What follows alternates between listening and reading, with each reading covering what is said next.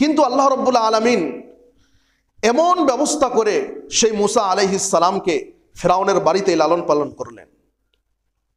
তারপরে তো পরীক্ষার শেষ নেই। সেই মুসা আলাইহিস সালাম, তার ডাইরেক্ট শত্রু ছিল ফিরআউন। মুসা আলাইহিস সালাম যে সময় মানুষদেরকে ভালো কথা বলতে যাবে, ফিরআউন ওই সময় এত বড় অপরাধ করে বসলো যেটি পৃথিবীর মধ্যে ওর চেয়ে আর কোনো অপরাধ, ওর চেয়ে আর বড় অপরাধ পৃথিবীর বুকে আর হতে পারে না। ফিরআউন তিনি নিজেকে বলল, আনা রব্বুকুমুল আলা, আমি তোমাদের সব থেকে বড় রব, আমি তোমাদের আল্লাহ, নাউজুবিল্লাহ, এই সমস্ত কথা বলল। এত খারাপ হওয়ার পরেও আল্লাহ রাব্বুল আলামিন মুসা আলাইহিস সালামকে বলতেছেন যে তুমি ফিরআউনের কাছে গিয়ে উত্তমভাবে কথা বলে তাকে তুমি আদেশ দিবে, তাকে তুমি দ্বীনের পথে আনার চেষ্টা করবে। আপনি আমি দ্বীনের কথা বলতেছি, 1000 দিন বলার পরেও মানুষ যদি লাইনে না আসে, এটি দুঃখের বিষয় নয়, বরং কন্টিনিউ আমাদেরকে মানুষদেরকে বলতেই থাকতে হবে। মানুষ দ্বীনের পথে আসুক বা না আসুক ওটি আমাদের দেখার বিষয় নয়, কিন্তু আমাদেরকে তাদেরকে দ্বীনের কথা মানুষদেরকে আহ্বান করতেই হবে দ্বীনের দিকে, কারণ এটি নবী রাসূলদের কাজ। সম্মানিত উপস্থিতি, মুসা আলাইহিস সালামকে ফিরআউন তাড়া করলো। তাদের অনেক লম্বা ঘটনা, সাগরের সামনে যাওয়ার পরে সাগরের ভিতরে আল্লাহ রাব্বুল আলামিন 12টা রাস্তা বাহির করে দেয়। এই সমস্ত ঘটনা আমরা সবাই শুনেছি। তো এই পরিস্থিতি থাকার পরেও মুসা আলাইহিস সালাম কখনো আল্লাহ রাব্বুল আলামিনের রহমত থেকে নিরাশ হয় নাই, কখনো আল্লাহ রাব্বুল আলামিনের থেকে নিরাশ হয় নাই, বরং তিনি সবসময় আল্লাহ রাব্বুল আলামিনের প্রতি ভরসা করে রেখেছেন। এবং একজন মানুষ যখন কোরআনকে শুধু মুখস্থর জন্য নয়, শুধু তর্জমা না, কোরআনকে বোঝার চেষ্টা করবে, তখন মানুষ বুঝতে পারবে যে যদিও এই বইটা, এই কিতাবটা আজ থেকে 1450 বছর পূর্বে নাজিল করা হয়েছে, কিন্তু মানুষ যখন কোরআনকে বোঝার চেষ্টা করবে, নিজের অবস্থার সাথে মিলানোর চেষ্টা করবে, তখন মানুষ অবশ্যই দেখবে যে মনে হয় আজকে আমাদের অবস্থা দেখে আল্লাহ রাব্বুল আলামিন কোরআন নাজিল করে দিয়েছেন। সুবহানাল্লাহ।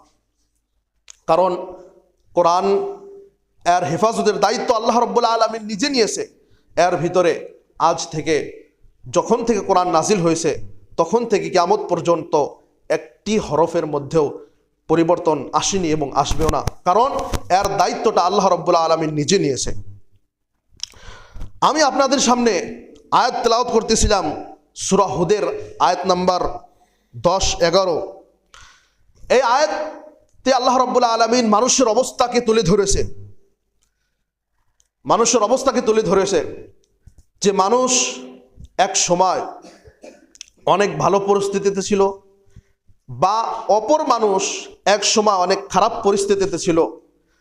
তো তারা কি করে বা তাদের কি করা উচিত বা মানুষের কি পরিস্থিতি, এই সম্পর্কে আল্লাহ রাব্বুল আলামিন বলেছেন, ওয়ালা ইন আযাকনাল ইনসানা মিন্না রাহমাতান, যে যখন মানুষকে আমি আমার রহমতের স্বাদ চাখালাম, মানুষের উপর আমি মেহেরবানি করলাম, মানে এক সময় হালাত অনেক খারাপ ছিল, ব্যবসা বাণিজ্য সমস্ত ডাউন ছিল, চলার মতো একটা ধরেন ভালো সাইকেলও ছিল না, আরো অনেক ধরনের সমস্যা ছিল। কিন্তু মানুষের সমস্যা তো আর চিরদিন থাকে না। আল্লাহ রাব্বুল আলামিন সেই মানুষটাকে তার অবস্থা ভালো করে দিলেন, আল্লাহ রাব্বুল আলামিনের রহমত তার উপর ঢেলে দিলেন, তাকে খারাপ অবস্থা থেকে তাকে ভালো অবস্থার মধ্যে আল্লাহ রাব্বুল আলামিন এনে দিলেন। এনে দেওয়ার পরে আল্লাহ রাব্বুল আলামিন বলতেছেন, সুম্মা নাযা'নাহা মিন, যে তারপর আমি তাকে তার সেই অবস্থা থেকে ফিরিয়ে দিলাম, মানে আমি তাকে যে নিয়ামতগুলো দিয়েছি সেই নিয়ামতগুলো আমি তার কাছ থেকে ছিনিয়ে নিলাম। এই কারণে, এই অবস্থার পরিবর্তনের কারণে সে 2টি কাজ করে।